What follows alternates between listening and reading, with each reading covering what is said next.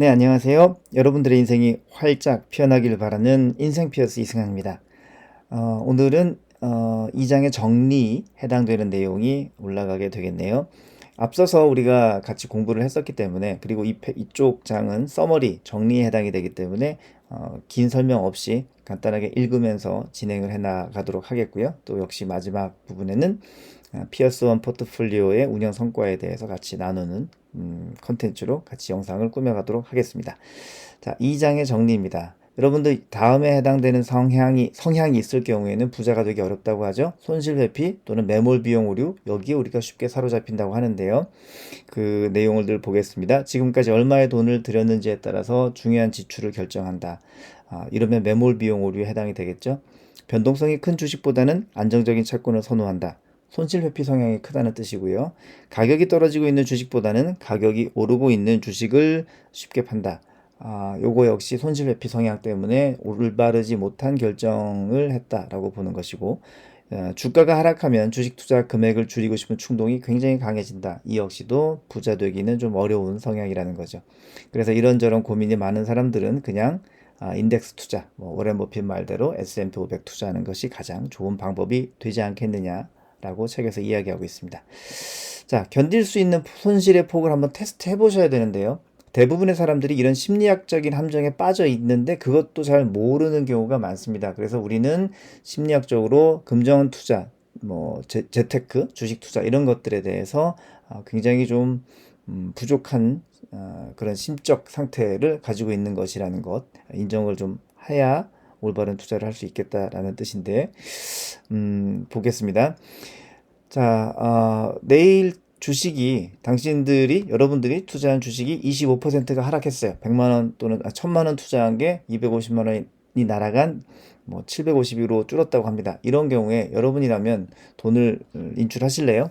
만약에 인출에 대해서 예스라고 하신다면 아직은 주식 투자 같은 쪽에 좀 더 준비나 마음의 상태를 점검해보고 나서 시작하셔야 된다라는 것이 이 책의 내용입니다. 또한 이제 손실 회피 때문에 그 잘못된 투자에 집착하는 성향을 좀 체크해 보아야 되는데요. 만약에 여러분들께서 다음 주까지 꼭 준비해야 되는 돈 1000만 원이 있다고 했을 때 다음 주 어느 주식을 팔 것인가 라는 질문에서 500만 원 주고 수익이 난 1천만 원이 된 주식 MS 주식을 팔겠느냐, 또는 2천만 원 주고 손실이 나서 1000만 원이 된 IBM 주식을 팔겠느냐 입니다. 우리가 배웠었죠. 사실은 이 IBM 주식을 빨리 처분하는 것이 올바른 재테크 쪽이겠지만, 대부분의 사람들은 내가 수익 본 부분에서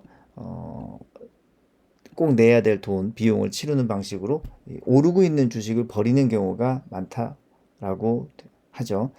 제일 좋은 방식은 이 두 개의 주식에서 500만 원씩만 뽑아내는 것이 가장 좋은 방식임에도 불구하고 그런 선택을 잘 하지 못한다고 합니다. 자, 분산 투자에 대해서도 얘기하는데요. 부자가 되려면 투자를 분산해야 됩니다. 그래서 너무 많이 듣던 얘기니까요. 주식이나 채권, 머니마켓 펀드, 부동산 관련돼서 ETF나 뮤추얼 펀드 등으로 나누어서 투자를 하는 것을 당연히 권장을 하고 있고요. 그 다음에 짧게 하는 것이라면 모르겠지만 길게 하는 5년 이상의 투자라면 반드시 주식형 위주로 편성을 하기를 권장을 하고 있습니다. 자, 그 다음 투자를 할 때 큰 그림에 집중하라고 하고 있죠. 투자 포트폴리오 전체를 조망해 볼 수 있는 이런 엑셀표 같은 것들 하나 준비해 놓으면 어떤 주식이 올랐고 어떤 주식이 내렸고에 따라서 기분이 좋아졌다가 나빠졌다가 하는 이런 일희일비를 방지할 수 있어서 그 원래 세웠었던 좋은 투자의 그 계획을 성공적으로 마무리할 수 있게 된다는 뜻입니다.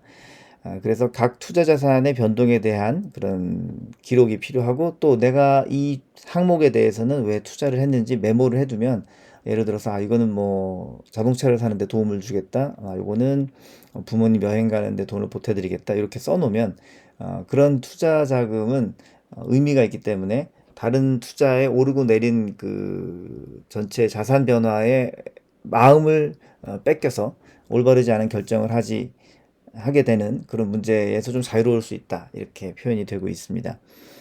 그래서 잘 기록을 하면 투자금을 좀 더 늘려나갈 수가 있고요. 그리고 좋은 투자 횟수를 증가시키면서 가장 중요한 이 매몰 비용 오류를 피할 수 있게 해준다는 것이죠. 기록이 굉장히 중요하다라고 한 번 더 강조를 하고 있습니다. 그리고 큰 그림을 맞추어가는 기록은 결국은 발생할 시장 하락에 대해서 감정적으로 대응하지 않을 수 있도록 도와준다는 것이죠. 그래서 기록하면서 큰 그림에 집중하면, 즉 원래 내가 계획했었던 큰 그림을 계속 기록으로 맞추어 나간다면 결국 있을 시장 폭락 또는 어느 주식이 오르거나 어느 주식이 떨어졌을 때 생기는 심적인 그 동요를 막을 수 있다. 그래서 이런 내용이 정리가 있었고요. 또 과거는 잊는다라는 내용도 있었습니다.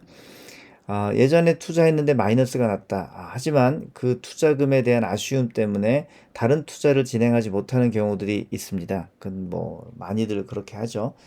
하지만 그렇게 생각할 필요 없이 잊어버린 것은 잊어버린 것이고 과거는 과거라고 나누어 버리시는 게 더 낫다라는 것입니다.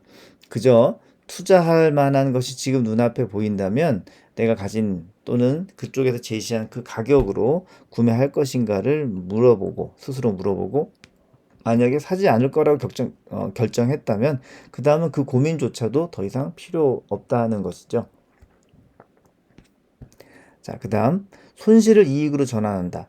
손실 중인 자산을 팔아버리는 게 쉽지는 않죠. 하지만 뭐 그로 인해서 줄어들 세금을 생각하라고 되어져 있는데 이 책은 미국의 논문을 번역한 것이기 때문에 미국의 케이스입니다. 물론 우리나라에도 ISA라는 그 개인 종합 자산 투자 계좌가 있긴 하지만 뭐 조금 다르긴 합니다. 그 관련된 내용은 유튜브에 또 ISA 관련돼서 많이 이야기가 있으니까 찾아보시기를 바라고요. 자, 사실 이 수술에는 마취제가 필요하기도 하죠. 내가 손실 본 자산을 좀 끊어내고 손절을 치고 다른 이익 볼 만한 자산으로 넘어가면 되는데 이것만큼 이익 보고 넘어가기 원하는 마음이 있어서 우리가 빠르게 손실에 대한 이익 전환이 이루어지지 않는 거죠. 적극적으로 나서서 빨리 털어버리고 새로운 이익 구조로 넘어가야 되는데 그렇게 하지 않는 것, 이런 것들도 우리가 부자가 되려면 꼭 기억해보고 짚어봐야 될 부분이기도 합니다. 자, 그 다음 베버의 법칙을 이용하라고 하는데요. 예를 들어서 헬스클럽에서 15kg 아령에다가 5kg를 얹었을 때의 그 무게가 늘어나는 감, 그리고 200kg 아령에다가 5kg를 얹었을 때의 그 무게가 증가되는 그 감, 어느 쪽이 더 큰가는 뭐 말씀 안 드려도 아시겠죠. 그래서 큰 이익의 느낌이 들도록 세분화해야 됩니다. 이렇게 그 200kg에 5kg가 더해지는 것처럼 무던하게 가지 마시고 좀 쪼개서 이게 좀 더 많이 드러났구나 라고 느낄 수 있도록 이익을 세분화라는 뜻이죠.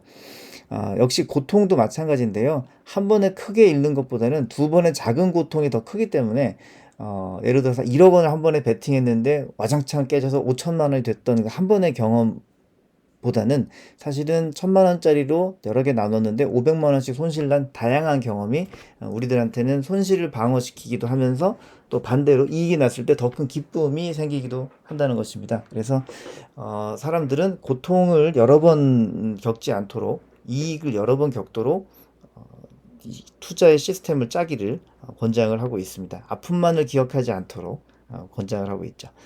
자, 그 다음에 5번 정리의 마지막인데요. 투자 내역에 관심을 좀 줄여달라는 것이죠. 요즘의 젊은 투자자들은 40%가 일주일에 한 번 정도 투자 내역을 확인한다는 게 이 책의 내용인데요. 사실 이 책이 쓰여졌을 때는 거의 뭐 2, 30년 전이었기 때문에, 30년 전이었기 때문에 지금과는 맞지 않는 내용이 들어 있습니다. 사실 요즘 같은 경우는 스마트폰 때문에 하루에 40번도 확인할 것 같아요. 그렇지만 이런 과정 속에서 마음의 평안을 잃게 된다면 투자를 계속 이어갈 수 없겠죠. 그래서 원래는 좋은 포트폴리오를 짰다면 1년에 한 번 정도 조정하면 충분하고요. 예를 들어 S&P 500 인덱스 같은 경우에 내가 투자를 하고 있다고 하면 1년에 한 번 정도 조금 더 넣을까 아니면 이익을 조금 뺄까 뭐 요 정도에 대해서 생각해보는 기간으로 갖는 것이면 충분하다라고 합니다. 이렇게 해서 행동경제학 교과서의 2장까지 마무리를 했고요. 피어슨 포트폴리오에 대한 운영 성과를 확인하도록 하겠습니다. 이 포트폴리오 모델이 그 7월 말일자로 갱신이 좀 되었어요. 그래서 그 반영된 수치가 좀 올라오게 되는데요. 자, 일단은 벤치마크 성과 같은 경우에는요, 연평균 수익률이 12%로 S&P 500의 10%대를 훨씬 상회하고 있습니다. 2% 정도 상회하고 있고요. 변동폭인 표준 편차 역시 S&P 500이 약 9%, 15%를 보여줄 때 이 피어선 포트폴리오는 9% 중반을 기록하고 있습니다. 그래서 훨씬 더 안정적이면서도 훨씬 더 많은 수익을 내는 포트폴리오로서의 위력을 이어가고 있고요. 벤치마크가 보니까 1년간은 11.74%의 수익을 냈습니다. 이 기간에 S&P 500은 자그마치 36%의 수익을 냈거든요.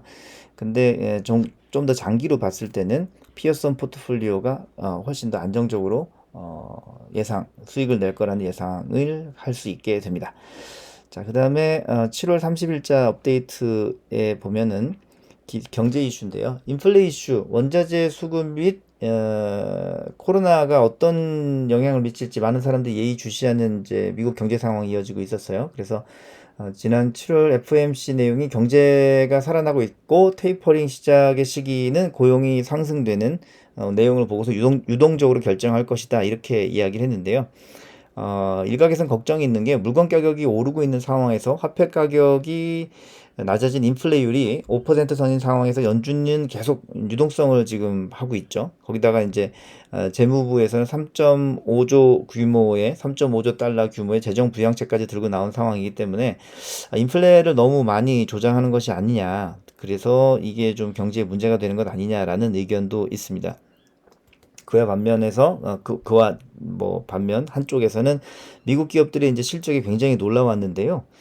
이런 내용들 속에서 이게 기업의 그 자체적인 성장 능력의 반영이었는지 아니면 미국 정부가 돈을 풀어줘서 생긴 영향인지 조금 헷갈려하는 경우도 있는 것 같습니다. 뭐 어쨌든 제롬 파월 연준 의장은 다양한 시장 참여자들의 우려를 이미 파악하고 적절히 대응하고 있다 이렇게 의사를 표현하고 있습니다. 그래서 지난주에 성과는 S&P 500이 마이너스 3.7%, 0.37%, 나스닥이 1.12%, 다우존스가 0.36% 이렇게 전부 다 내려가는 하락하는 상황을 겪었고요. 이에 따라서 저희 그 피어선 포트폴리오에 대한 그 성과도 약간 반영이 있었는데요. 지난주에는 약 11점 초반이었는데 이게 늘었어요. 여기는 다른 지수는 떨어졌는데 저희가 그 금과 채권 비율이 좀 더 높아져 있는 상황이었기 때문에 늘었고 연평균으로 수익률을 환산했을 때 15% 후반까지 늘어나 있는 상태가 되었습니다. 그래서 많은 분들과 함께 안정적이고 꾸준한 투자 성과를 낼 수 있는 피어선 포트폴리오 또는 S&P 500 인덱스 투자 등을 확신을 가지고 진행할 수 있도록 안내 보고를 드리고 있는 중입니다. 많은 투자에 성공적인 대응 결과 있으시기를 진심으로 응원합니다. 다음 주에 뵙겠습니다.